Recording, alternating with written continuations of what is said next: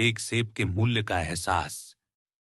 कृतार्थ नाम का एक छोटा 9 साल का स्कूल जाने वाला लड़का था। वह एक अमीर परिवार से था।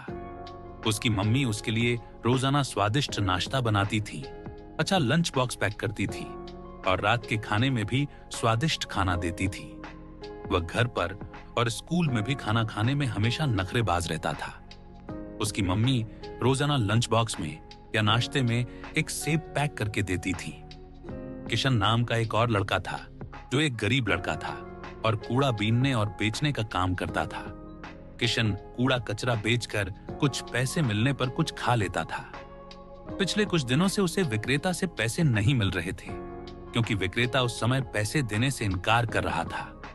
इसलिए उसे 2 से 3 दिनों तक भूखा रहना पड़ा। उसने कुछ दुकानदारों से कुछ खाने के पैकेट मांगे जिनका भुगतान वह बाद में कर देगा, लेकिन सभी लोगों ने मना कर दिया। वह पूरी तरह से कमजोर हो गया। एक दिन कृतार्थ ने पूरा सेब कूड़ेदान में फेंक दिया, जबकि किशन को कचरे से वही सेब मिला और वह स्वादिष्ट सेब पाकर बहुत खुश हुआ।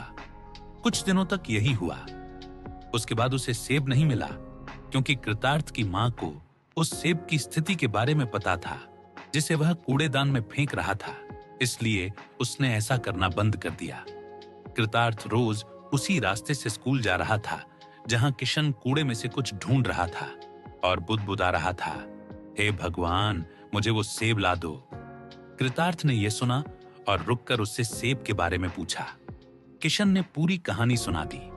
कृतार्थ यह सुनकर हैरान रह गया।